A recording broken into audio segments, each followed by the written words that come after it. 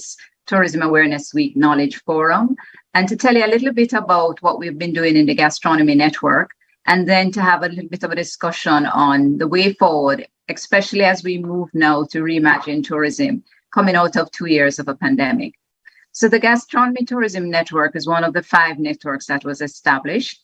And we have been working from day one to create and realize the goals of Jamaica being the culinary destination of choice for visitors. In 2019, Jamaica welcomed around 4.3 million visitors to our shore, and they came for various reasons. And what we have been doing over the years is ensuring that one of those reasons, of course, is to enjoy our gastronomy, our food, our culinary experiences.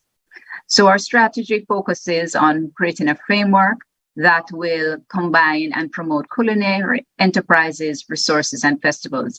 And as we are the linkages network, it's back-end linkages into manufacturing, agriculture, and everything else that is the nexus of ensuring that gastronomy continues to drive the tourism product, but also the backward linkages. So we continue to work on this through various aspects, and the reason that we're seeing is that more and more persons are looking at being able to live their passion points. And one of the passion points is, of course, enjoying great food and beverage and experiencing what each destination has to offer. And Jamaica has a lot of indigenous products that are really world renowned. Of course, our jerk is one of them, but there's so much that people have not yet experienced.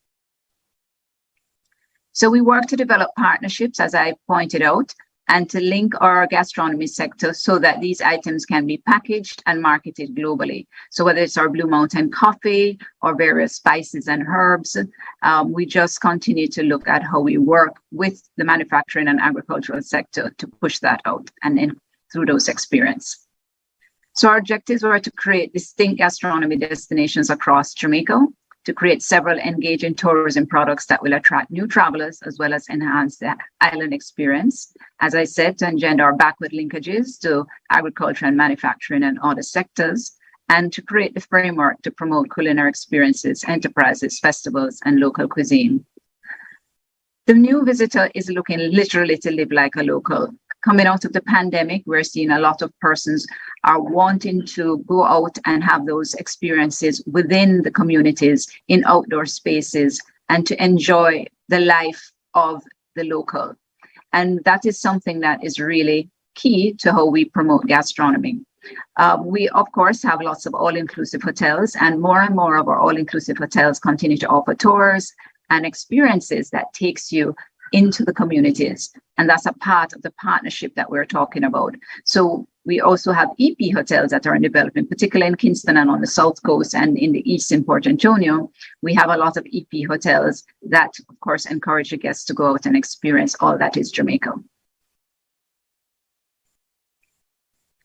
So who is this Culinary Taurus? Typically, they're well-heeled and well-traveled. They have more disposable income. They are interested in authentic culinary experiences. They want to consume high-quality, locally grown products. They seek to expand their knowledge base. So it's not just about eating the food, but understanding how this food is grown, what is the story behind it, the history, where did we come up with this recipe, where do we come up with this experience?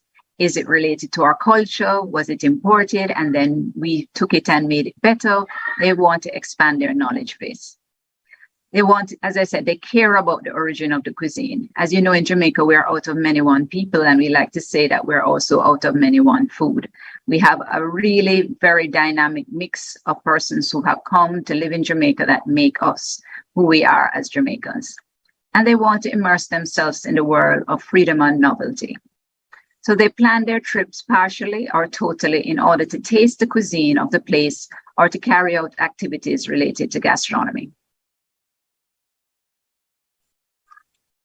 The main elements that decide whether a destination is a gastronomy destination revolve around territory, cultural heritage, sustainability, quality, communication, cooperation, and marketing and promotion.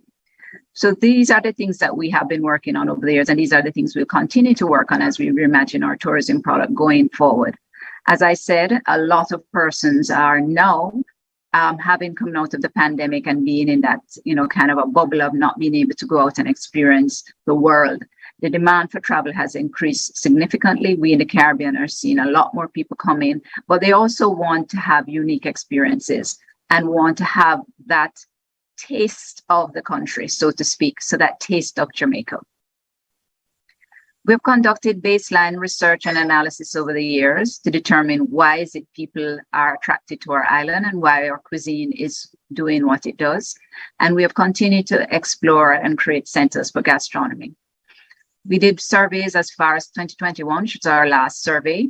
And we saw persons coming from USA, Canada, and we saw a movement. When we did our first surveys in 2016, weather was the main factor, followed by beach and people, why people came to Jamaica, visitors chose Jamaica. By 2021, weather was still top, sea and beaches, yes, but now food and drink had moved up to the top 3 place, followed by people and friendliness. So that whole issue of what's happening in terms of gastronomy, you can see that visitors are traveling for those experiences. And this is important as we rethink and reimagine our tourism product. How do we create new experiences, destination restaurant experiences, new cuisine? We all promote our traditional cuisine, ackee and saltfish. Everybody know escovitch fish, but what are the new Jamaican cuisine items that are coming up? Tonight, we have the Table Talk Awards, and that celebrates a lot of new and innovative items. And we see a lot of young chefs coming up now and home cooks and different persons experimenting with the new vision for Jamaican cuisine. So while we continue to push the traditional and authentic, what we are now celebrating and pushing as a gastronomy network is the next level of Jamaican cuisine. What is going to be famous? You have to think about it. When jerk started in Jamaica, most of us would know, some of us don't, if you're younger, that you couldn't get jerk anywhere on the island but in Portland. So you had to drive there to get your jerk chicken and your jerk pork. Now it's proliferated all over the island, it's international, and that is the kind of thing that we need to see. What is the next great Jamaican food cuisine movement? So jerk has been a big movement, which has built out sauces and spices and restaurants and cookbooks and all sorts of things behind it. Now, what is the next level of experience that we're going to share with the world? So we find also, since coming to Jamaica, people are more seeing that Jamaica is actually a culinary destination, and that increased by 20 points. To help us promote Jamaican gastronomy, we created a master brand, Taste Jamaica, and we use this in all our promotional elements. Of course, this is something that kind of says to the world, going beyond just Jamaica, sun, sea, and sand, but you have to taste Jamaica. We have done a lot in terms of creating Kingston as our first main gastronomy resort area. And we have focused on Devon House, the Blue and Jonquil Mountain, and also working with agriculture and manufacturing. Devon House is our first gastronomy center, and Devon House has a strong narrative. We have leveraged its famous ice cream, its patties, its signature culinary experience. As I said, the Table Talk Awards will be held again there this evening, and they have so many food events that happen at Devon House. So they have created day versus nighttime experiences, food tours, fine dining experiences. So Devon House is now in a refurbishment mode and are going to be increasing the amount of gastronomy experiences. So as we go forward, Devon House will continue to be a center where we celebrate gastronomy and push the new experiences that are Jamaican. Our Blue and Jonquil Mountain, we started the Culinary Trail in 2017, and since then we have added numerous other restaurants and cafes along the way. Blue Restaurant is in a new one that is in Holywell. We just added that. There is another cafe that has just opened up in Middleton, which we'll be adding soon. So on the Culinary Trail, you can stop on the way up to Holywell at various cafes and bars along the way and attractions. And we highlight that. There is signage. You can go and there is a QR code. You can scan, get more about the restaurant, get more information about the Blue Mountain Culinary Trail. We've also worked on a berry farming project with the agricultural subgroup. And this is really, again, import substitution. We are now have our Jamaican strawberries, and that's something that we're celebrating tonight, again, at the Table Talk Awards. And this is where we have been working with farmers to create more space for berry production, particularly strawberries, because we use that a lot in tourism. And it's a great opportunity for us to move Jamaican cuisine along in a different way. There are other countries that have adapted and taken what was maybe food from one country and made it special and unique based on their topography and have used that. And those are some of the elements we need to focus on. We also have our Blue Mountain Coffee Festival, of course, celebrating Jamaica Blue Mountain Coffee, which is one of the signature products out of Jamaica. And we have been doing that since 2018. With the pandemic, we had it virtual for 2 years, and we'll be back again in 2023, celebrating Jamaica Blue Mountain Coffee, but also including more and more activities around, which is blending the linkages in terms of, our Blue Mountain Downhill Bicycle Tour, the Blue Mountain Culinary Trail, being able for persons to visit the coffee plantations, because that's a part of the experience. And not only that, but the linkages in terms of manufacturing all the products that are made out of coffee scrubs, teas, herbs, other things as well. To help again with our marketing and promotion, we have our Taste Jamaica website and mobile app, and this is now being updated to meet the new needs of our consumers that are coming to the market. And we will be promoting farm to table experiences, more culinary trails, how you can get in, all the restaurants, and we do them by category, breakfast, lunch, and dinner, type of cuisine. So a true way for locals and visitors to see all that is happening in the gastronomy space. So just quickly recapping, Devon House, it's 13 culinary options and expanding. It attracts over 50,000 guests to its mansion, shops, and restaurants each month. We have our Culinary Trail, which has 14 entities and expanding. The Coffee Festival, as I mentioned, in the past, we've had over 2,500 participants. Remember, 2 years we were virtual, and we continue to strengthen with our berry farming project. Just again, where are we going for the future? Localization, as I said, is hot. We are supporting local brands, farmers, and artisans. Pop-ups are all the rage. We are seeing a lot of pop-up restaurants, but also we have things like Jamaica Food and Drink Kitchen that has opened up recently, which continues to offer various pop-up experiences using different chefs, focusing on different types of cuisine, whether it's, various alcohol products that we make in Jamaica, or looking at different food options and showcasing, as I said, various local chefs. Customization and personalization is on trend, especially for weddings and special occasions. So again, this is where you can celebrate your Jamaican gastronomy as local products, using as much local products as possible. A growing segment in the US and here in Jamaica, we're seeing it, which is restaurant meal kits. Butcher Block, for example, has been producing meal kits that you can buy. And this is something that we feel is another way to promote Jamaican gastronomy. Not everything, of course, can ship overseas for a visitor, but you could do a similar box where you have non-perishable Jamaican gastronomy items that could be bought online. And we're seeing a lot of companies opening up and now offering online purchases from Jamaica.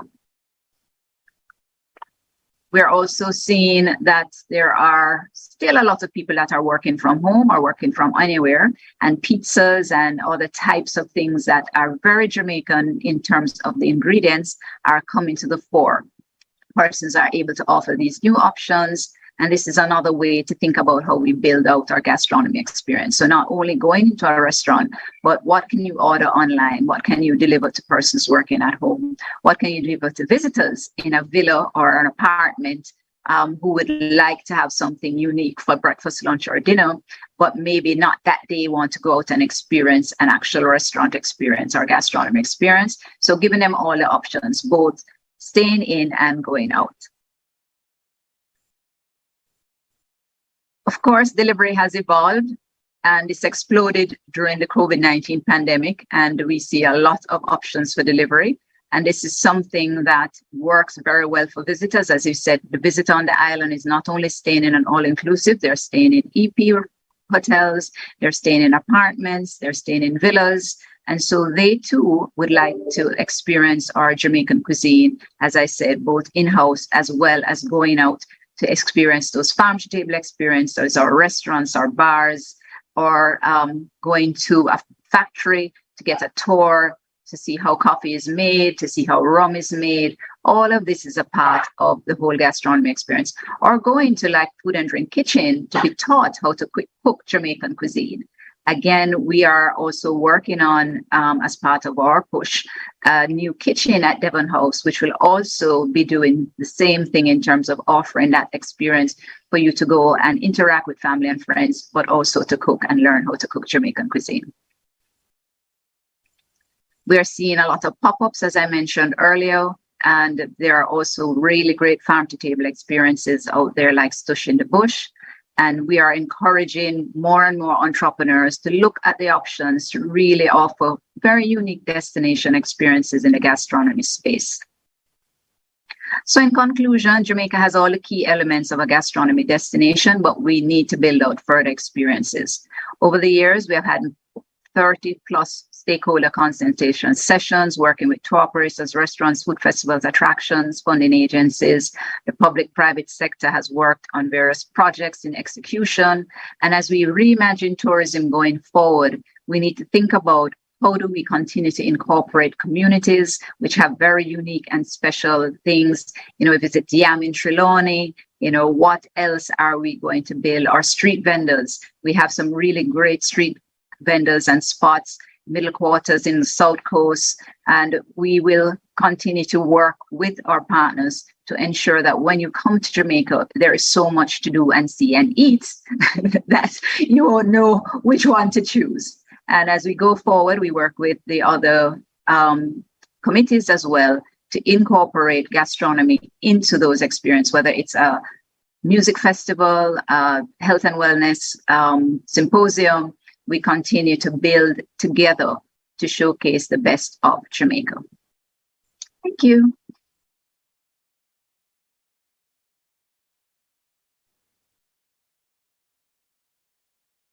Omar, I'm not hearing you. I think you're still muted. Oh, thank you very much, Nicola. I thank you for highlighting all the wonderful work that you have done, you and your committee have done in showcasing Jamaica as a culinary destination. And it's one of the reasons why, you know, it continues, Jamaica continues to do well. It continues to be placed as one of the top culinary destinations in the Caribbean.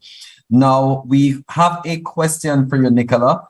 Does the gastronomy strategy focus on only big business, or are small or medium-sized businesses be included? And I know definitely I can answer yes for that, but you can definitely go into that. Definitely, we don't focus. Actually, we spend a lot of our time focusing on small business.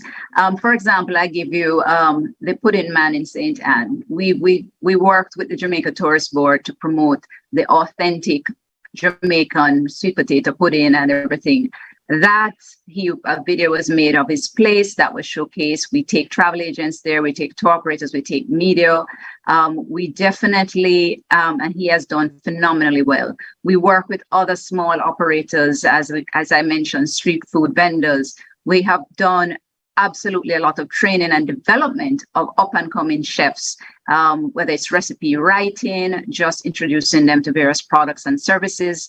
We continue to do that also through the Jamaica Center for Tourism Innovation, where we have major programs in terms of helping culinarians to develop their talent and get certification so that they can continue to grow. We also work with EXIM and JBDC in terms of product development, and that comes through our Christmas in July program, where we work with persons who are doing sauces and jams and jellies and cookies and all sorts of different products, baked products, juices, you name it, and they showcase that, and we buy those things and feature them in our gift shops. We recently worked with Jampro to promote through their Export Max program, which is small and medium-sized producers, where we did pop-up kitchens, pop-up demonstrations within the hotels. We did, I think, 6 initially, showcasing their products allowing the hotels to also figure out the chefs how to use their products, but also being able to partner so that they were be able to have that for sale in the gift shop so visitors could also buy them. So we're constantly looking for ways to build the next generation. The big players, we work with them, yes, but they already are leading edge and going forward. But it's developing the next generation of gastronomy experiences and culinarians. So that is a major focus for us and something that we continue to do. And I know one of Nicola's desires is to have a Michelin star street vendor. Yes, because Thailand has it, and I don't see why Jamaica shouldn't. Being recognized by the world in terms of our cuisine is very important to continue to grow the gastronomy experience. I think we underestimate the value of our food. There's a lot of indigenous products that can be found nowhere else in the world. There are ingredients that are very unique to Jamaica, but sometimes, we look outside of ourselves and we think, everything that comes from overseas must be at quality, but we can develop that quality here. And we have great stories to tell. Again, with gastronomy experience, it's all about authenticity. And we must now look and see how we continue to build out those experiences. As the success of Jerk should not be, just brushed aside. That one cooking method has championed an entire industry behind it. If you were to count the amount of restaurants and cook shops and that have opened up under the banner of Jerk. So if we have done, things like our escovitch fish, those sauces and spices that we use there, but there are other things that nobody knows about yet. And I keep saying to, anybody I talk to, somebody came up with the first recipe or the first cooking method. One person, maybe two or three, maybe a small community to do jerk or to do ackee and saltfish or to do stew peas. That when it was created, it was a new thing. It wasn't traditional food yet. It wasn't historic to us. So every day, somebody who is sitting in their house could come up with the next new Jamaican cuisine that's going to be popularized and shared with the world. But we have to think that it's not just celebrating our traditional cuisine, which we have had all these many, many years, but what's the next level? And who is going to come up with that? And how do we popularize that? And how do we take that international? Thanks, Nicola. And I know the culinary offerings are varied. I know for me, as a budding vegetarian, there are lots of options for vegans. So and these are small operators. Look at our Stush in the Bush that has just blossomed into this world-class, business. Many, many options. And the whole Untitled movement, the vegan movement, that plant-based diet, that's something that's very popular. Jamaica has a lot of options for locals as well as international visitors. So we are not short of opportunity. What we need to do is package it a little bit better, which is where we come in, help to market, help people to imagine the new and go into the next level, to create those experiences for you to have. And definitely we're seeing that happening, but we need more of it. Great. Excellent job by your network, Nicola. Thank you. Do we have any more questions for Nicola? I know she has to leave. She's actually getting ready to go off to Puerto Rico. Nicola is our president for the Caribbean Hotel and Tourist Association. So thank you very much, Nicola. Good. We now move into our next presentation, which will be done by the Sports and Entertainment Network. And that's chaired by Mr. Kamal Banki, who is a dynamic entrepreneur involved in the entertainment industry for the past 23 years. He has founded and developed the iconic brands such as Ribis Group, Dream Weekend, Major Laser Festivals, and Exodus Carnival that have gained regional and global appeal. Kamal is significantly focused on social and environmentally sustainable development to move the Caribbean to be globally competitive.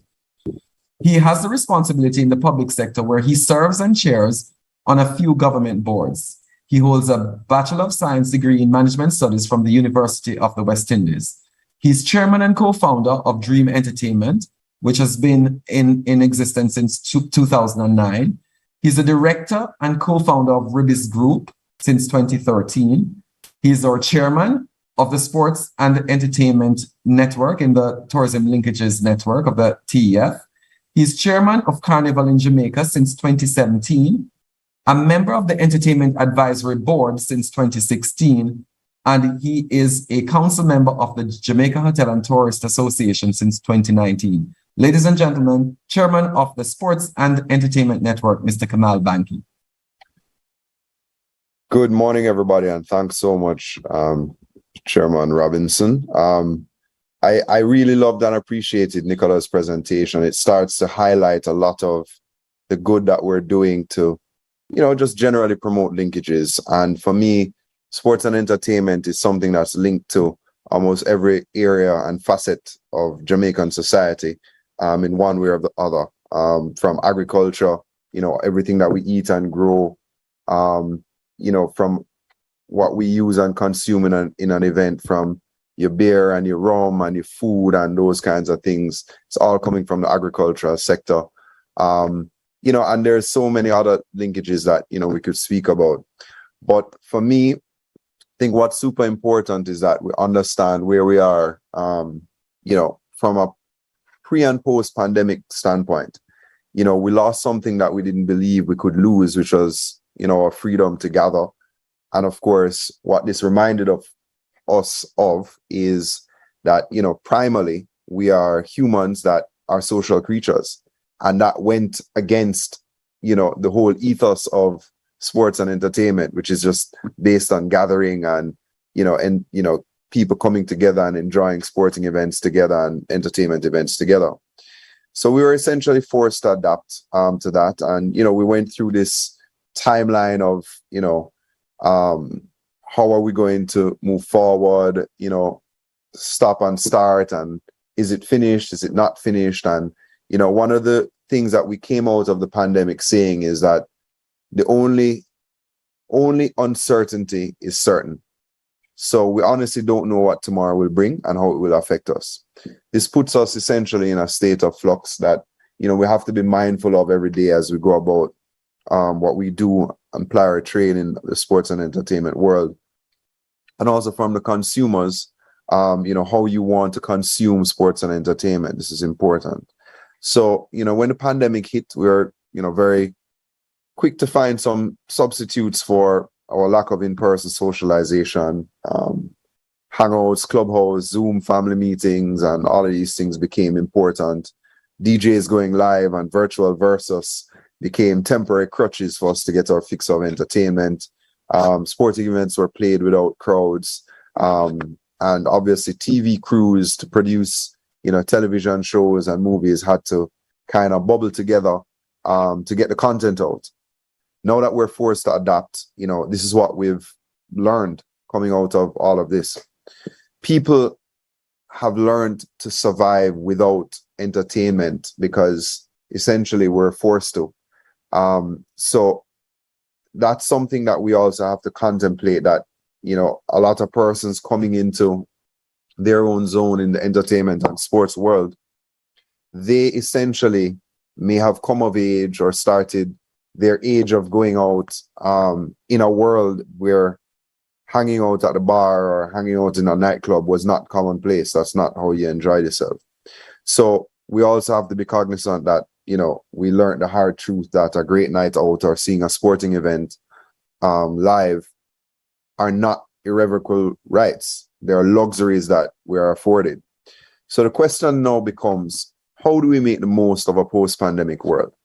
Now, the first thing for any practitioner, we have to remember that our mitigation plans for risk must be more robust. We have to consider more things. We have to consider planning and execution of this, a very wholesome, fulsome way. And the bigger that your event is the more regulatory oversight that actually will come.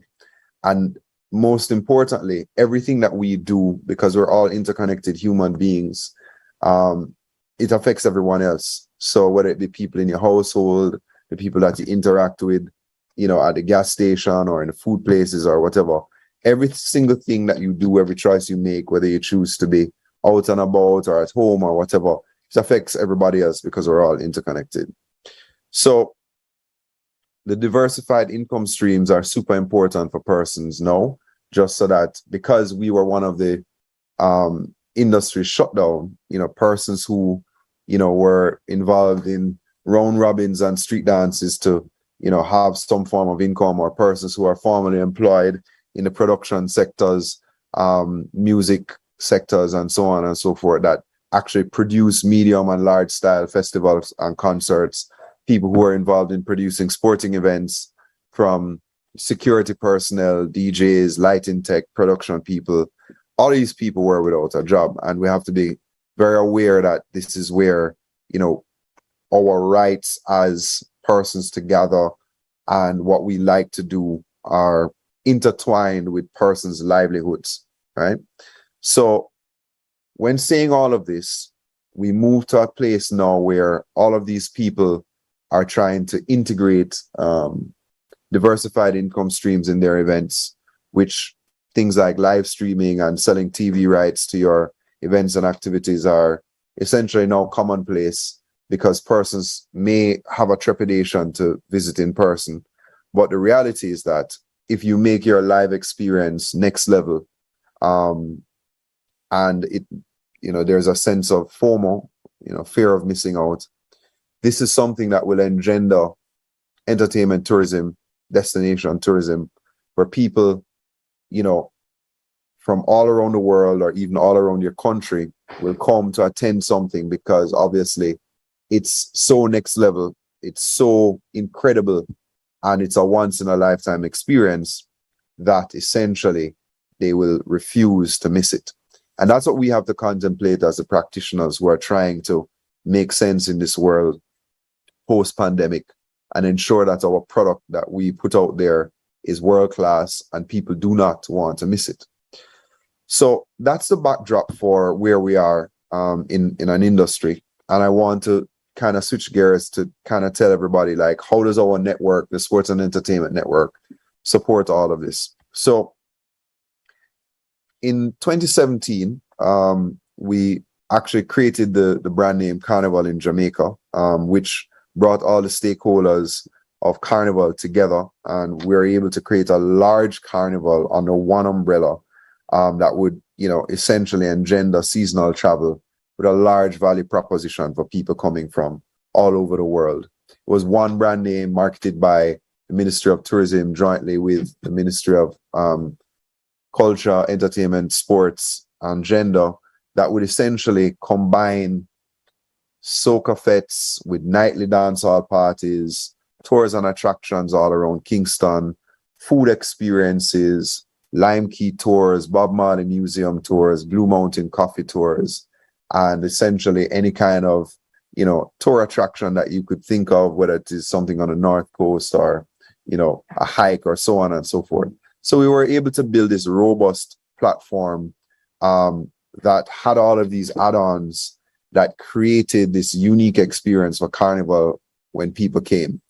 And of course, when we started in 2017 till right before the pandemic, in 2019, which was the last one we had pre-pandemic, we were able to quadruple the size of our Carnival, road parade, and spectatorship, which is an incredible feat. And of course, we became the fastest growing carnival in the Caribbean. Obviously, we're going to head back on that trajectory. We staged a makeup carnival in July, which, was very, very welcome to persons who, have been really looking forward to that experience since 2019. And of course, the big road parade and all the fetes and all the calendars of events are going to be back in April 2023.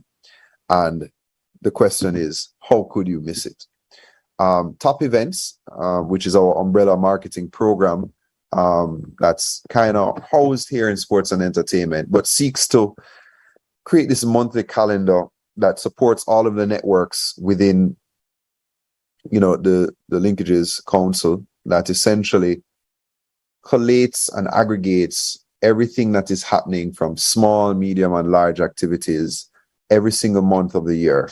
So whether it is a street dance, whether it is a Sumfest or a Dream Weekend, a carnival event, whether it is the food awards that's happening tonight, or, you know, Calabash, a literary festival on the South Coast. We catalog these events, we push them out, you know, every month, and we push these out to the tourism industry, to the tourists, so that they can answer a very important question. What is there to do today or tonight in Jamaica, no matter which town they're in? We've also developed something called the DJ Academy, and the DJ Academy has been hugely successful. We've trained maybe about 300 participants since we developed it in 2017, where we essentially have been able to bring in existing DJs and entertainment coordinators that work within the hotels currently, and upskill them in terms of having them have more of a world-class training program. I mean, there's no formal DJ training program anywhere in Jamaica, so persons kind of learn by apprenticing and, of course, YouTube. And we're able to essentially give people the opportunity to learn from some of the greats, and, you know, how do people present music for the tourism industry that retains our local culture, but it is packaged in a way that's very palatable for the international guest. And we've been hugely successful. We've graduated somewhere around 300 people from that program, and it's an ongoing process that we will continue to do as long as we have DJs that, you know, are up and coming. We'll continue to train them. This lifts the overall quality of entertainment in our hotels, and essentially raises the, you know, brand value of our tourism industry by creating better moments for people when they come on holiday. We, of course, enhance sporting events by assisting with marketing through top events, and also including entertainment packages within these sporting events to create a more dynamic package for the sporting enthusiast, bringing some entertainment people there. We think that this is important for persons who are looking for this fulsome, you know, experience. All around the world, we understand that, you know, sports entertainment is how they define entertainment. You know, the NFL halftime show is one of the biggest entertainment events in the world, but it happens within a sporting event. And we see this as a perfect marriage, where we're going to be starting to do more marrying of sports and entertainment in the events. And we also have a program called Superstar, where within gastronomy, sports, entertainment, we're highlighting some of the best Jamaicans who produce world-class products. They're telling their story about how they got to where they are, and of course, the methodology of their craft as much as they will let on. And we're documenting this, and we will be able to showcase this for persons locally and internationally to have a feel of who we are culturally as a people and what makes us great. Because we think, you know, and we know that Jamaicans are the greatest in especially certain disciplines, and, you know, sports, entertainment, and food are some of the things that we are the greatest in and recognized so in the world. So I surmise by saying we have ongoing programs, we have new directions that we're going into, and we're going to look through the lens of the post-pandemic world to make the most of it, to make life-changing experiences so that persons will feel the undoubtable need to come to our wonderful country and experience a Jamaican street party, to experience a Jamaican food festival, to experience a live concert like a Sumfest, a party like a Dream Weekend, a literary festival where all the world has eyes on. And this is our goal, this is our aim, and we hope to help everybody in the industry by upskilling them and, you know, giving them resources, and also facilitating conversations with government and regulatory bodies, which is something very important that we do, to break that barrier, cut through red tape, to ensure that persons are able to actually access the government services and licensings and those kinds of things that they need to get done so they can actually put on a successful event. Thank you so much for having me, Chairman, and we look forward to any questions that may come. No, thank you, Kamal. Thank you for all the work that you have done. We've seen since the pandemic has eased, we've seen you have hosted a successful carnival in Jamaica. And subsequent to that, the Dream Weekend in the Grill. So people have, there's just this pent-up energy for entertainment. As you rightfully said, we're social beings and we want to get out there, we want to have a good time. And there's no reason why Jamaica shouldn't be known as the number one festival and events capital of the Caribbean, and if not, the world. Jamaica has a lot to offer, and it's varied. All the various offerings, from your street side festivals to your more elaborate organized festivals. But thank you. I think we have a question. What type of support does the TLN provide to Carnival in Jamaica? Are you a sponsor?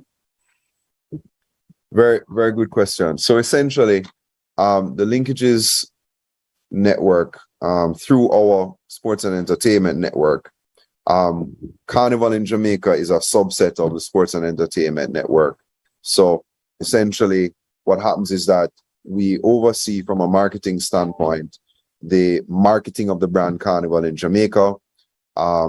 We essentially push out all the communication on social media channels and content marketing for the brand Carnival in Jamaica, as well as each of the individual fetes, parties, road march bands, so on and so forth, to drive demand directly to them, as well as supporting them with certain logistics in terms of security and cleanup and those kinds of things on the road, to help to, and we subsidize those costs, so that essentially persons who are putting on these events do not have to, have some of these embedded, baked-in costs within their experience, to try and keep the nominal price of attending them reasonable by global standards.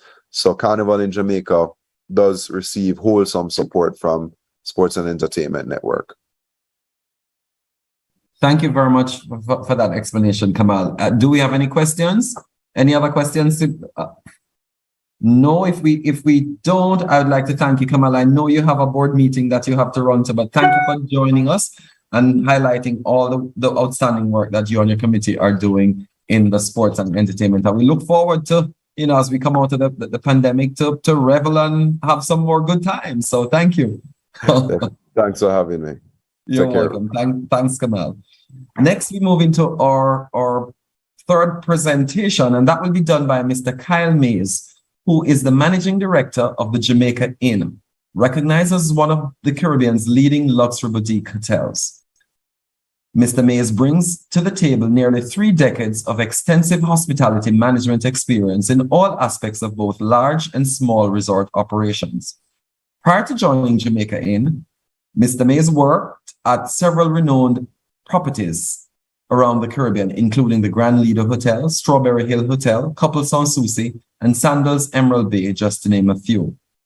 An experienced businessman, he also spent several years as an entrepreneur down under as the owner of First Mobile, a successful Vodafone-aligned telecommunications company in Auckland, New Zealand. An advocate for sustainability, he believes strongly in investing in people first and foremost, and green or alternative energy technologies and best practices. By doing so, Mays has been successful in reducing both operational overheads and the carbon footprint of properties he has managed, while providing exceptional service and offerings. As a director of the hotel's philanthropic arm, the Jamaica Inn Foundation, he works to support the local community by investing in projects that focus on education, community, and the environment. Driven by the growing concerns surrounding global warming and other environmental threats, he was instrumental in the establishment of the White River Fish Sanctuary, where he currently serves as a director. The White River Fish Sanctuary is a community-based partnership designed to help revive the local fisherfolk's livelihoods and protect one of Jamaica's biggest natural resources. Always willing to serve, Mr. Mays is the chairman of the TLN's Tourism, Health and Wellness Linkage Network, the chairman of the Caribbean Alliance for Sustainable Tourism, and the chairman of the Environment and Sustainability Committee of the Jamaica Hotel and Tourist Association. A Campion College graduate, he is also a graduate of the Bishop's University in Quebec, Canada, where he earned an undergraduate degree in economics, followed by an MBA by Massey University in Auckland, New Zealand. A health and wellness junkie, Mr. Mays is an avid diver and swimmer who loves to indulge in spa and other wellness therapies. He's a proud father of 4 amazing children. Ladies and gentlemen, Mr. Kyle Mays, chairman of our Health and Wellness Network. Thank you, Omar. I'm glad you picked up. That wasn't a typo. I know. Yeah, it's great to be with you all today. Thank you for having me on. It's beautiful day over here in Ocho. I hope everybody is been out and done their half an hour to 45 minutes worth of exercise this morning and moving and making sure that we have to keep our immune system bolstered and boosted. I'm about to go for a swim, as you can tell. I hope I'm on and we're hearing me. But yeah, great, really great to be here with you. So as we enter into this new normal after the global pandemic, now one thing has become very clear to all of us, and that health and wellness is at the forefront of our visitors' minds. And when we think of health and wellness, for the purpose of today, I needed to try and separate the topic of the medical or medicine sector just for the moment. But don't get me wrong, they are very intertwined, and especially since the pandemic.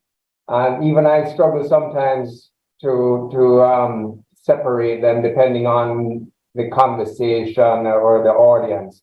But in my view, self-care is actually going to be overtaking the sick care system in Jamaica, around the world probably, So even before the pandemic, health and wellness was a rising trend and a fast-growing industry, as we've been hearing and seeing, hopefully. And while the pandemic certainly put a pause on wellness travel and all travel, really, for that matter, didn't matter. Nobody was sacred. The recovery is projected to be very swift and very, very strong. And there's going to be a whole renewed energy around this topic of health and wellness, which is very exciting for us, for Jamaica, for our practitioners, for our stakeholders. And so it's helpful at this point maybe to look at the trajectory of wellness and before going into some of the features and the future and post pandemic. But let's see what's driving this momentum and what's happening. So before the pandemic, according to the Global Wellness Institute, wellness travel was a $720 billion market in 2019. Of course, it dipped, through 20 and 21. However, it's projected to recover one of the fastest sectors by 20% in the next by 2025. Yeah, so the next three years, and it's going to reach a figure of $1.1 trillion. I'm obviously talking about US dollars here, right, folks? So where are we? What can we do to take advantage of that market in our situation here in Jamaica? So the recent pandemic highlighted that healthy individuals were less impacted overall than those with comorbidities. So individuals that had compromised autoimmune systems, those that were challenged with obesity and other chronic illnesses, they were more widely impacted and had more severe symptoms, and they ended up in hospital higher rates of death. I hate looking backwards and reminiscing about all of this, but it's important, right? Especially because of where we're going. And so this was a big wake-up call and has led to a more urgent drive to incorporate wellness into our lifestyles. It's a must. It has to be done. And it's no longer just a one-time diet or some, trying to just get a little bit more exercise or, some fad. It really has to become intertwined and part of our lives. And this is what we're seeing. So destinations such as Jamaica, hotels, businesses that focus on health and wellness as an organic component of the visitor experience will continue to grow and expand and take advantage of that $1.1 trillion I mentioned earlier. So health and wellness is much more these days rather than offering of a traditional massage or just throwing in a weekly yoga class.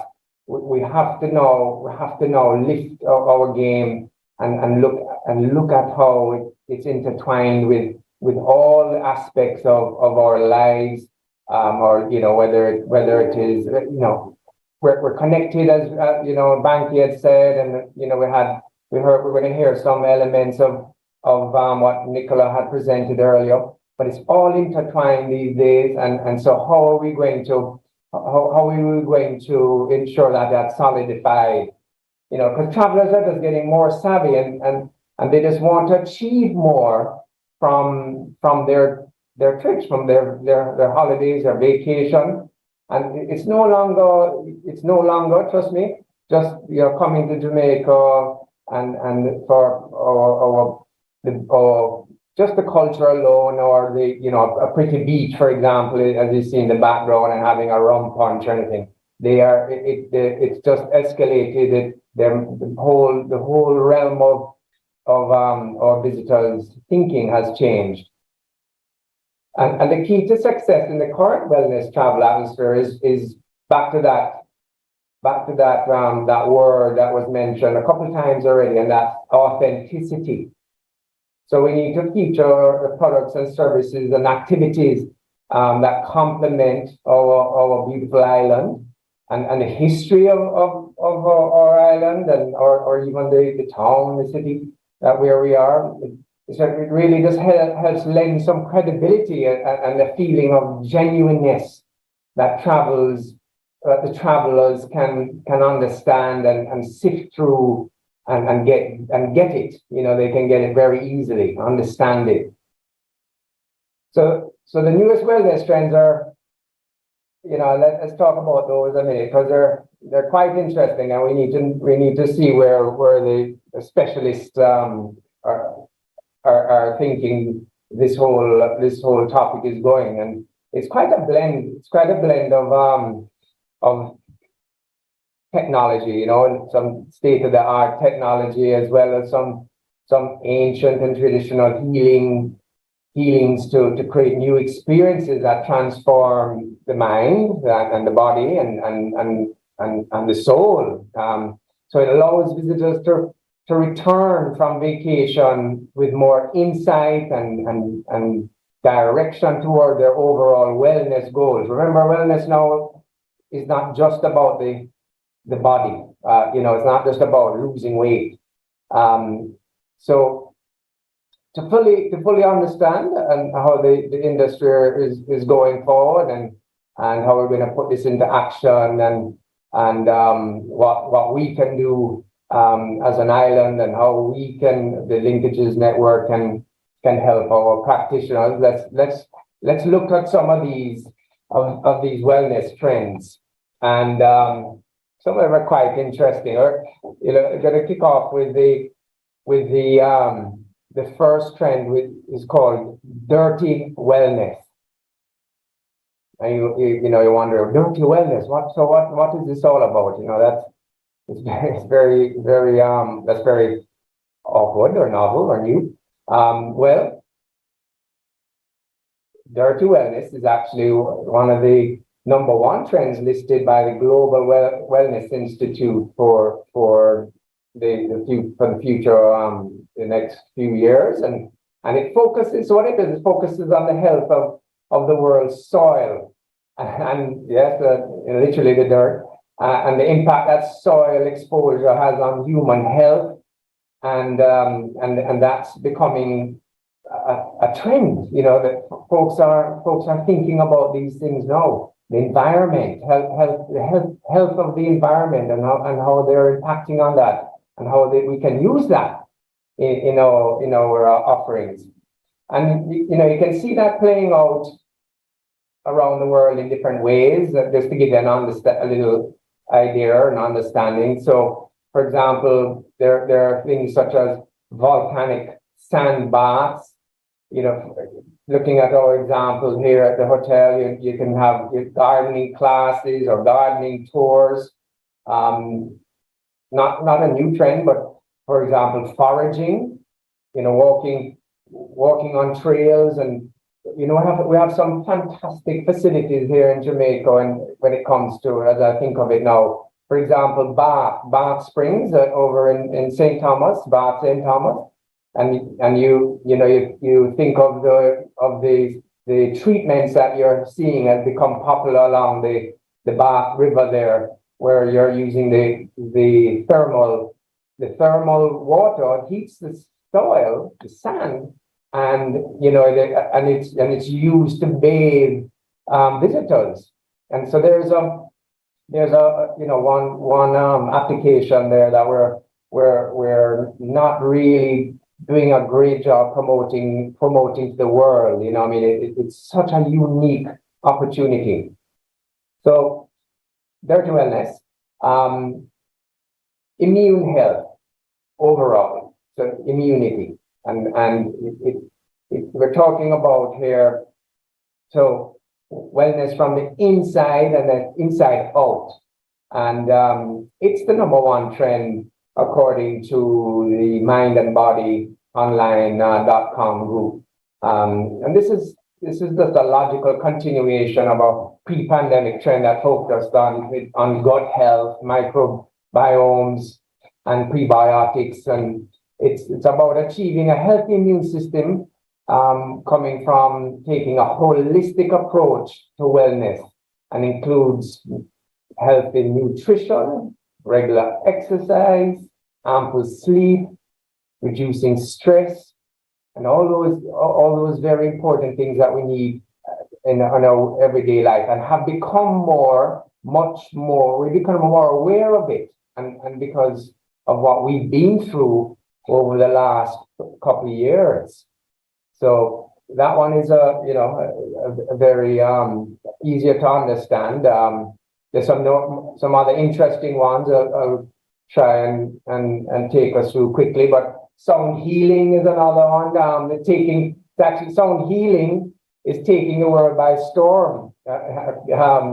This includes crystal chakra bowls and classes such as, this is an interesting name I saw, Gong with the Wind. You know, the gong with the wind. So playing the gong and restorative yoga using gong sounds and sound baths with vibrational sound therapies.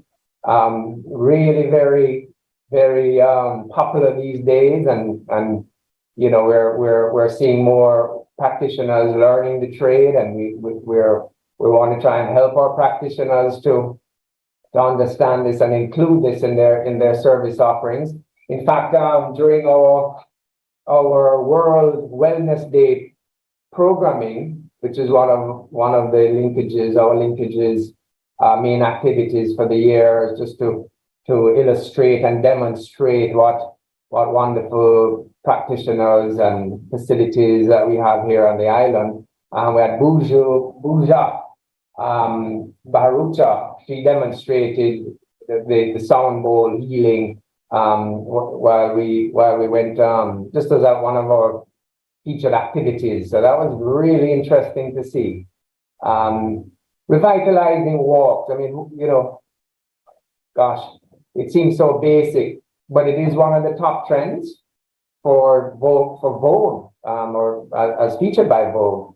And it's taking a different twist and different turn, but it has grown in popularity because, again, out of the pandemic, and we're trying to find more ways to get outside and enjoy nature and get some exercise while we couldn't go to the gyms.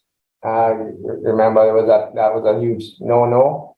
So in our situation, visiting trails, we have some amazing trails in Jamaica, and in fact, one of the projects we're working on now is identifying these amazing assets that we have, and one of them being trails and our mountain walks and the hikes, and putting them into an easily accessible document online on our website, in a beautiful glossy magazine that all our visitors can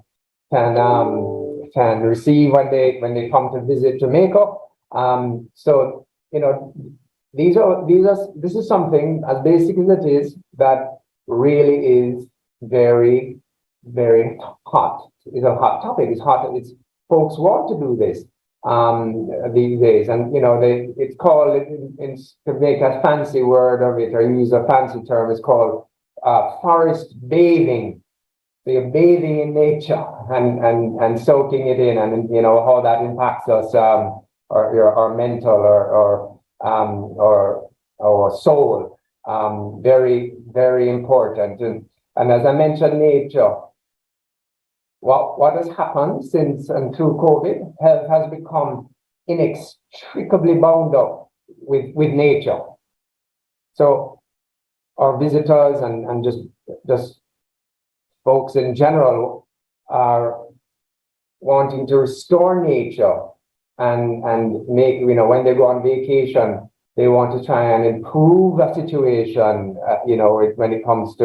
when it comes to the country, the community, and make it and try and make it a better place rather than impacting on it. How can they restore it or regenerate it?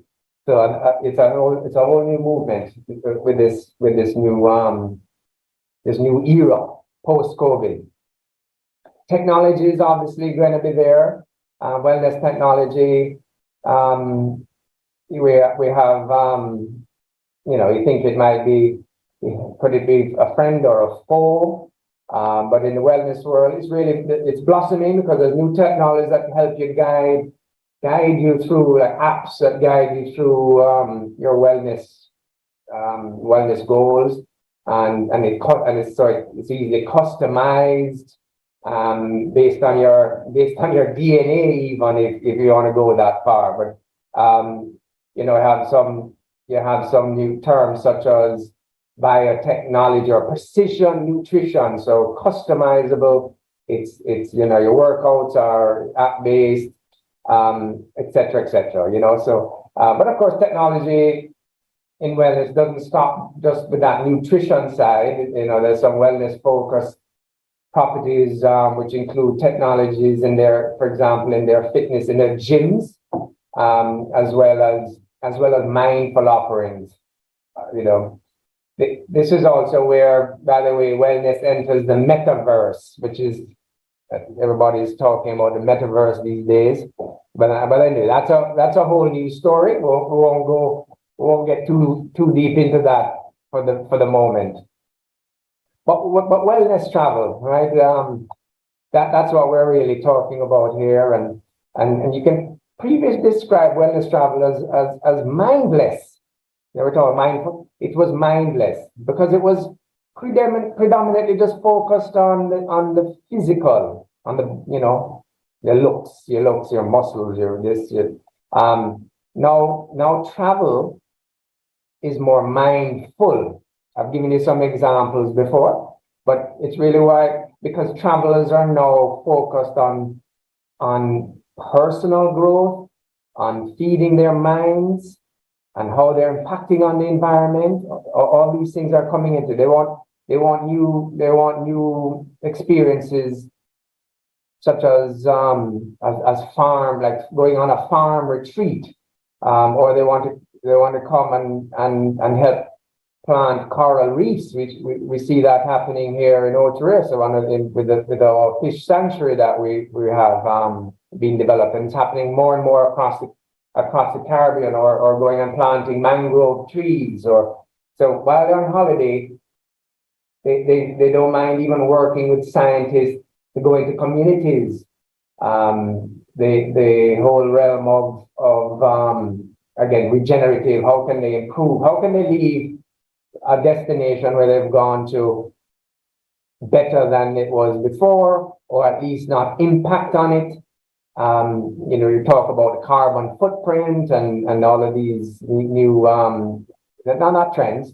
It's because these are must do's when it comes to the environment, and we have got to reduce our footprints, our emissions, and so on, carbon emissions. And hotels and companies are working very hard on reducing those sort of things.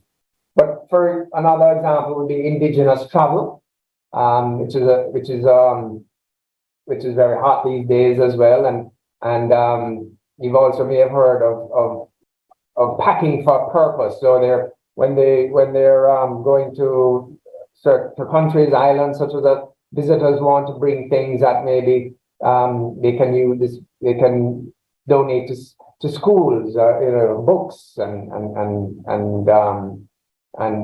supplies and these type of things. So all of this is now very much intertwined and top of the mind for our travel. So just to wrap up this segment, at the end of the day, travelers are just looking for thoughtful programming, which will enhance their whole newfound wellness lifestyle. And it has just shifted, a paradigm shift. They've matured. Wellness consumers have matured, and they're more reflective. They're sober thinking. They're selfless. It's all about others as well, because they've learned that we're all in this together.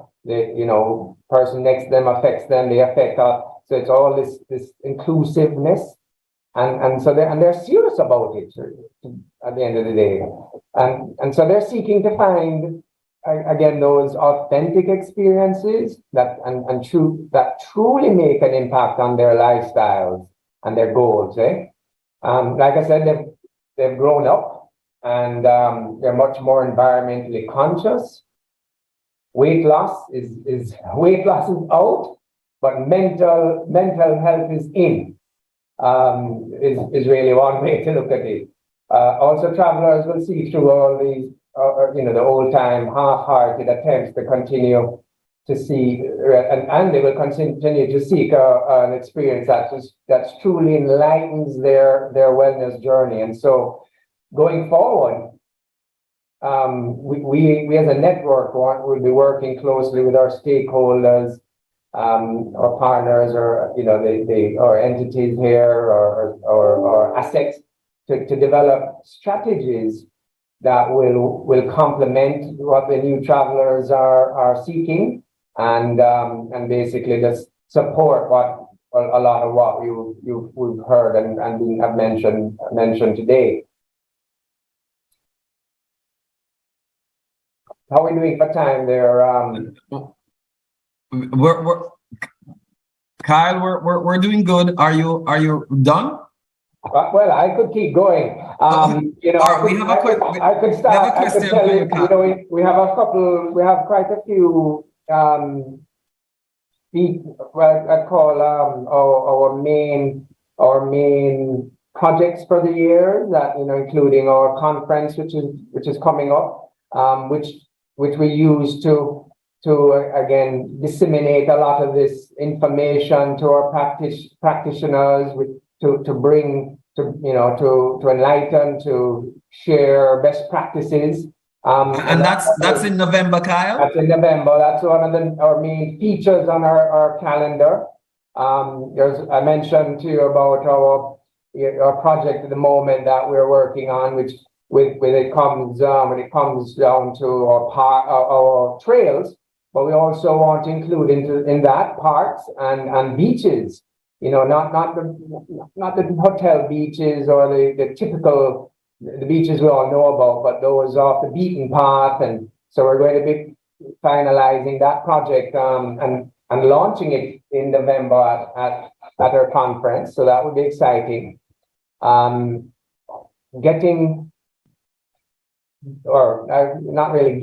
It's more we're looking at ways of allowing our travelers or potential visitors to Jamaica to have easier access to a lot of our practitioners, a lot of our stakeholders through a redesign and development of our website, wellnessinjamaica.com, wellnessja.com, right, to be specific.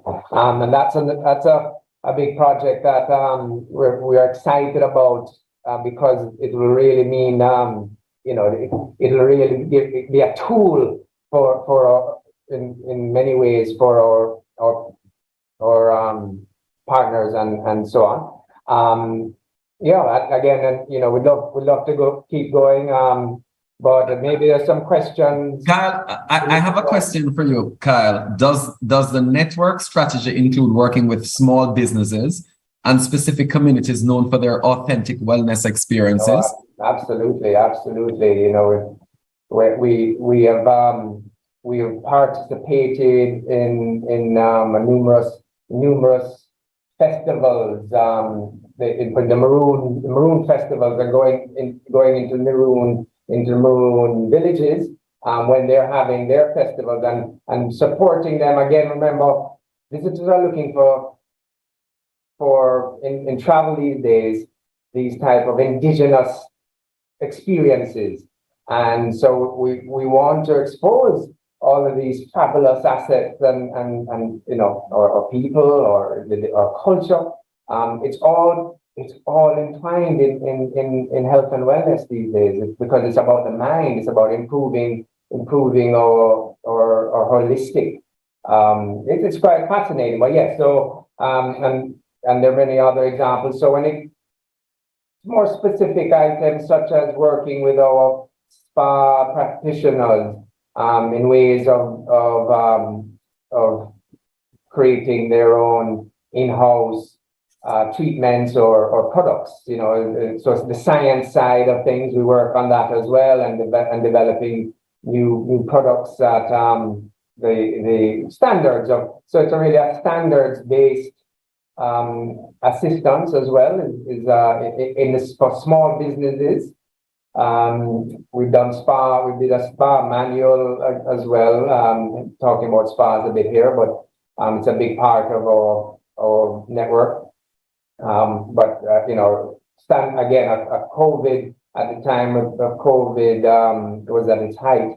So safety manuals and so on for those smaller, the bigger properties and in hotels with spas, they tend to have these manuals and have their protocols and procedures in place. But so really what we're doing is focusing more on the smaller operations around the island, and there are many. Yes, thanks, Kyle. I know that the typical health and wellness traveler wants these unique options. They want these unique experiences where they can really, indulge in what the local environment has to offer. So, and I know a lot of our small properties, a lot of our small and medium-sized tourism entities offer a lot of those products. I for one have seen a lot of those spa products being showcased at our Christmas in July program, which is an annual program to highlight small and medium-sized tourism entities within that can move, create these linkages between tourism and their businesses. So we encourage all our small entities to get involved whenever they see those opportunities. Absolutely. If there are no more questions for Kyle, we look forward to you hosting us at your network conference, which is in November, and I'm sure the Tourism Linkages Network will send out more information on that. So look forward to that. Make it a calendar event in November. That's the Health and Wellness, the annual Health and Wellness conference. So thank you very much, Kyle. We move on to our final presenter, who is Mrs. Lisa Simone Bell. She is the Managing Director of the National Export-Import Bank of Jamaica, and she was appointed Managing Director in 2010. In this role, she leads a team responsible for the overall management, business development, loan financing, and general operations of the bank, ensuring that EXIM delivers on its mandate to promote sustainable economic growth and development for Jamaica's exporters and potential exporters. Mrs. Bell boasts over 20 years' experience in providing financial, analytical, project, and general management experience in both the private and public sectors. She has held key managerial positions in the financial services sector and within the public sector. Along with her stellar management performance, she has a wealth of knowledge in credit and financial services, especially as it relates to the SMEs and the export sector. She also sits on the board of the Jamaica International Finance Services Authority, JIFSA. Prior to joining EXIM Bank, Mrs. Bell held the position of Deputy President of the Jamaica Trade and Invest, JAMPRO, where she contributed over 8 years of service to the National Investment and Export Agency. Before joining JAMPRO, she served as Deputy General Manager and General Manager of Alpha Financial Services Limited and Victoria Mutual Investments Limited, respectively. Mrs. Bell also worked overseas with both Anderson Consulting and the City of Miami Department of Management and Budget after completing her formal education. Upon her return to Jamaica, she served as Corporate Credit Manager for Citizens Bank Jamaica Limited. Throughout her career, she has demonstrated strong and innovative leadership skills and a commitment to exceed expectations. She holds a Master of Business Administration, an MBA with a specialization in finance, and also a Bachelor's of Business Administration from the University of Miami, Florida, USA. Ladies and gentlemen, Mrs. Lisa Bell, Managing Director of National Export-Import Bank, EXIM Bank of Jamaica, who is a strategic partner with the Tourism Enhancement Fund. Lisa? You know, Omar, when I hear that, good afternoon, everyone. When I hear that, it would have been simple to say, overworked, underpaid civil servant.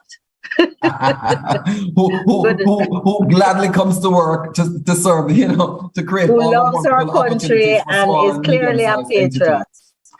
Good afternoon, everyone. I know I'm bringing up the rear, but as my role has always been to support the other networks. As we all know, finance is critical to make any engine work. So some time ago, now 37 years ago, the National Export-Import Bank of Jamaica, what we call EXIM, for in short, was established to support the export sector. And as we know, tourism is designated as an export sector simply because it earns foreign exchange. So it has always been a part of our mandate.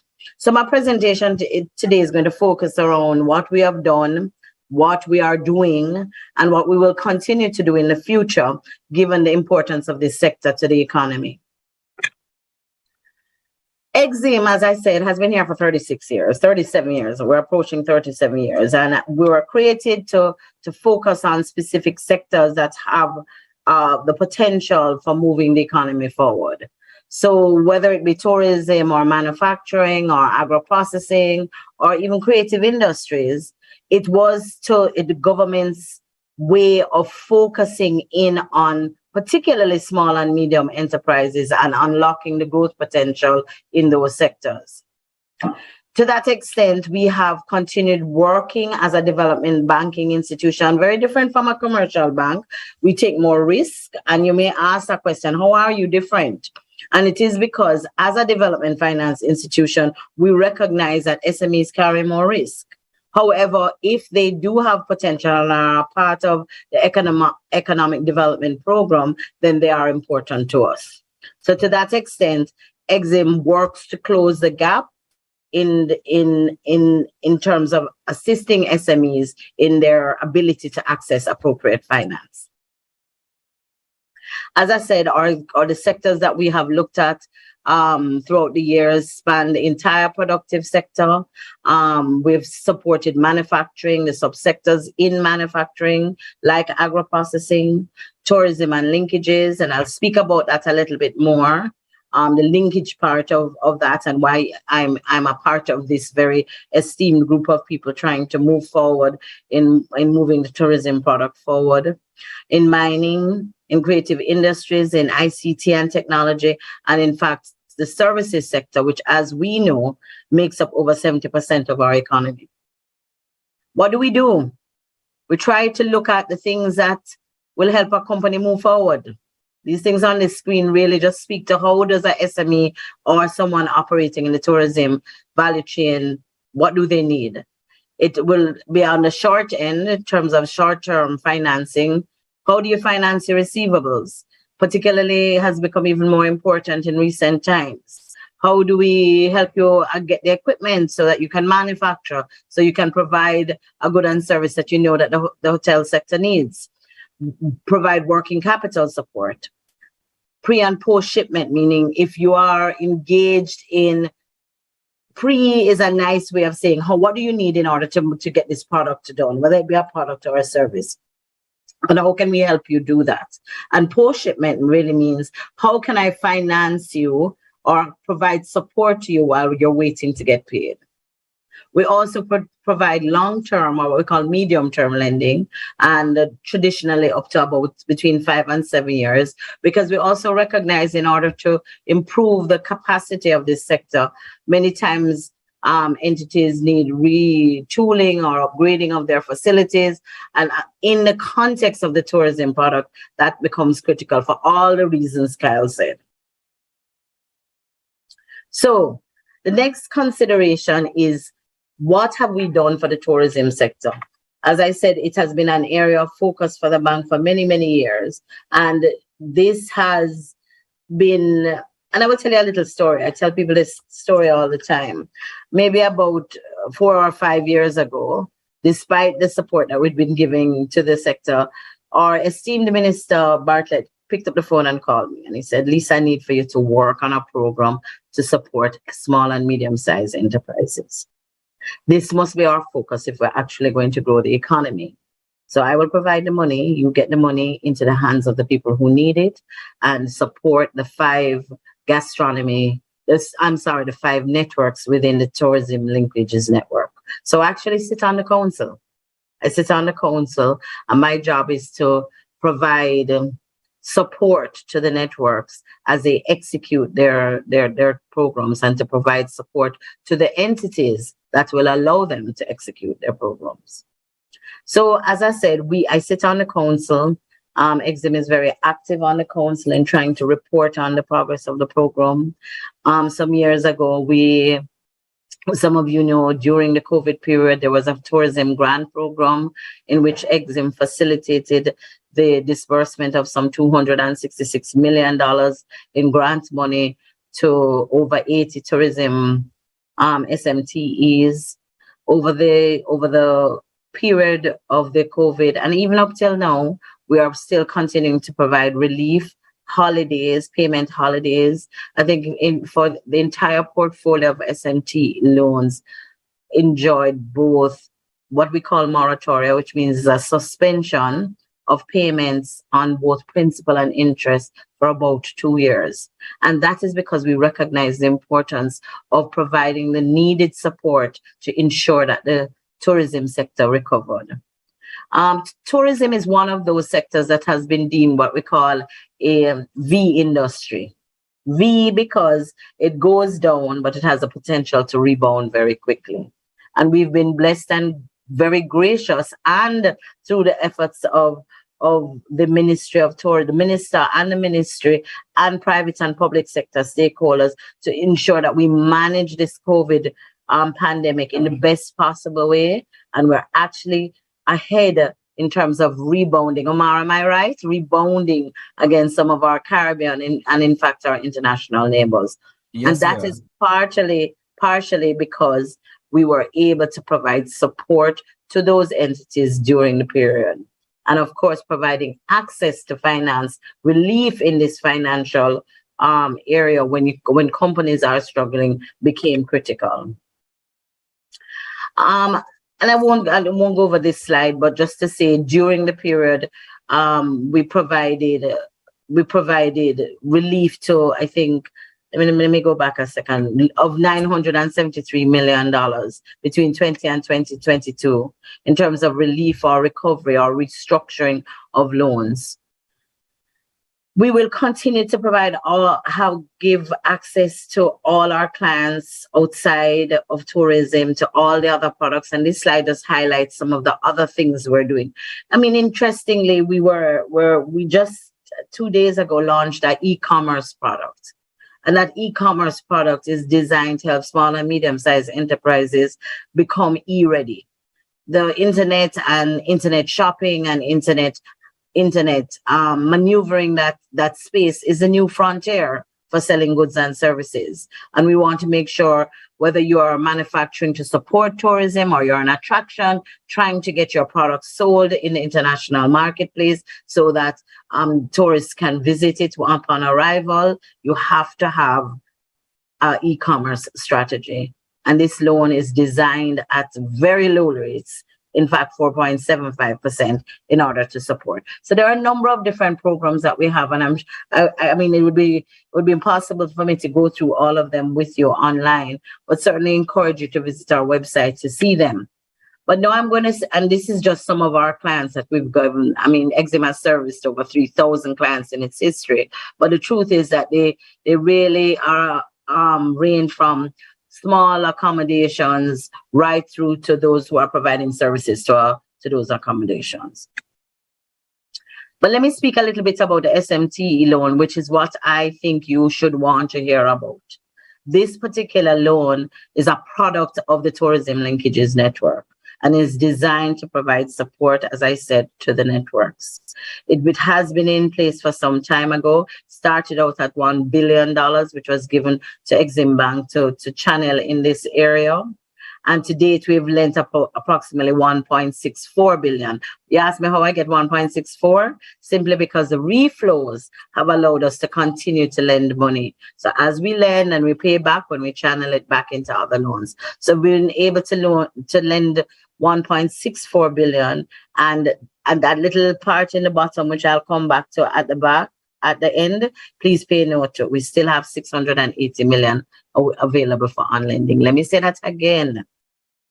As we move into the winter tourist season, we still have $680 million available at 4.5% to a maximum of $25 million available to support this sector. Who can get it? Any one of the networks. As long as you can show us that you earn 25% of your revenues come from tourism receipts. So it can be an accommodation, a small hotel in Negril, or it can be an attraction that is going to try and retool in order to prepare for the tourist season. It can be, if you're in the gastronomy, all of those areas that Nicholas spoke about earlier, that would be eligible. If you're in transportation, we'll still look at it in the context of how we can help to support what we hope to be a new slew of tourists coming to our island. Manufacturing, of course, if you manufacture a good that is used or sold to the tourism sector, you are eligible for this financing. If you provide a service to the tourism sector, you are eligible. Outside of those, we also look at all kinds of linkages because the tourism value chain is so big and so many elements go into supporting it. Anybody who is a linkage is eligible for this for these funds. Shopping and duty free, that is another area, one of our networks. I don't think we spoke about it today, but that's also important. And I have also a Kyle Getaway Spa and Wellness is also an area of focus for us. As I said, we've lent over 1.62 billion. And this slide just indicates the percentages that we have gone to each area. I am a big proponent of getting this money out, and so as Minister Bartlett charged me to do. So I'm encouraging you, come and let us hear what your proposal is and see if we can provide you with some support. As I said, the rate is 4.5%. These are short-term revolving loans of up to 180 days to repay. We have medium-term loans, which are up to 7 years to repay. In many cases, we give you 12 months moratorium. Moratorium simply meaning that you won't need to pay the principal. You'll particularly if you're implementing doing capital purchases or equipment, we certainly will consider those moratoria on principal. As I said, the loan is between $5 and $25 million. Certainly, if your project is bigger than 25 million, we're considering blending other funds that we have in order to support you in the project. And as I said who it is. It really is open to any entity who can meet the threshold of 25% of their revenues going to the tourism sector. When we talk about it, and I know I may sound like I'm making a pitch, but the truth is I am, because I really want to indicate how appropriate it is. And how we do that is by telling you what our clients have said. You know, many of our clients have used this loan to achieve significant growth. And I think I have here, and this is a ridiculous picture of me, and I will never use it again. But this is one of our clients, Jam West, and in working with this client, we're able, some of you may know it's an attraction in the southern part of the country, and really a world-class attraction. But the truth is that in order to make it a world-class attraction, he needed funding in order to transform the space. And here's his quote. He had a dream about owning a racing track. He actually converted the track into a space where he could use it as an attraction and built it out to be a world-class attraction. And he has benefited from our funds. Other entities have also benefited from our funds. This is Kelly's Water Sports, which is now coming back online. We provided funding to allow them to acquire 3 boats. They were providing water tours and scuba diving for clients in Montego Bay.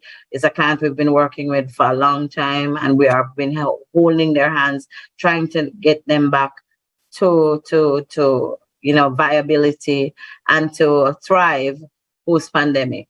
But the truth is until you hear these stories about, and I take great pride in watching our entity thrive in this sector. So I'm wrapping up again, Omar, and open for questions and answers. But again, as I say, we are here. EXIM is here to support the tourism sector, and by extension, the Tourism Linkages Network. We want to rebound strong. We want to build back better. And one way we are playing our part by ensuring that you can have the funding needed to execute. So thank you, Omar. Thanks a lot, Lisa. And thank you for lending over $1.6 billion to small and medium-sized tourism entities over the years. And I know, for all those persons who small and medium-sized entities who want to access funding, 4.5% is at probably the lowest that you It get is the lowest rate in the market. It actually is. Right. And I know that's up to $25 million. And you can be any one of the supporting sectors as long as you can show that 25% of your revenues come directly from tourism. So that's a great opportunity. And I know even outside of this funding arrangement, through the Exim Bank offers additional funding that persons can get. So if the 25 million is not enough, you can do a joint a combination of both the 25. We call a blending of your funds. Blending, right. Exactly. So thank you, Lisa. I have a question for you. Sure. It says, historically, it has been hard for SMEs to meet the requirements for financing. Is the Exim facility more flexible? What does the application process involve for SMTE loans? We tend to be a lot more flexible than a commercial bank would be because we're not regulated in the same way as a commercial bank. But we do want to see viable project proposals. We do want to see that you have some sort of collateral that can be put in place, but we are flexible in the kinds of collateral we will take, as well as in terms of the process. We recognize some of the constraints that SMEs particularly have faced over the last year. So, in other words, if you don't have your audited financials, we have taken a decision at the policy level that we may look at your management accounts or your bank statements. And it is just trying to recognize that the risk has increased. And 2 years, many entities did not have revenues. And therefore, even the traditional approaches to assessing risk have to change. And to that extent, because we've been in this business for so long, we understand some of the needs of SMEs and have tried to adjust our adjudication practices accordingly.